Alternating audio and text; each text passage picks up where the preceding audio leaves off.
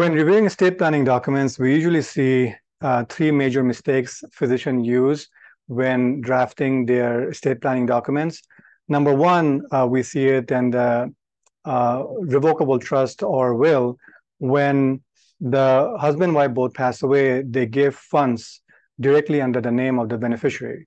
Think logically, if tomorrow the beneficiary become older, get into marriage and get into a divorce, and they commingle the money with their spouses, all the assets become half. You can avoid all of it by actually creating an irrevocable trust, because assets in an irrevocable trust cannot be touched in an event of a lawsuit or divorce. So that's number one mistake.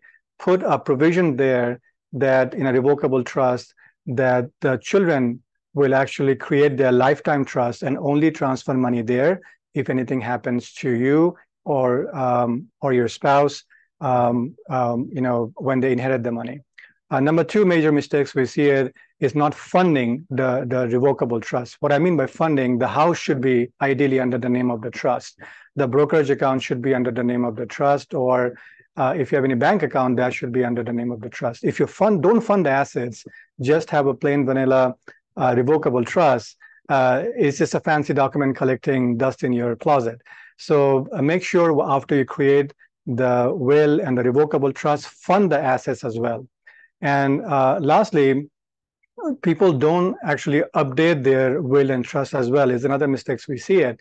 For example, I have a client who moved from North Carolina to Florida, and the trust was created almost 10 years ago.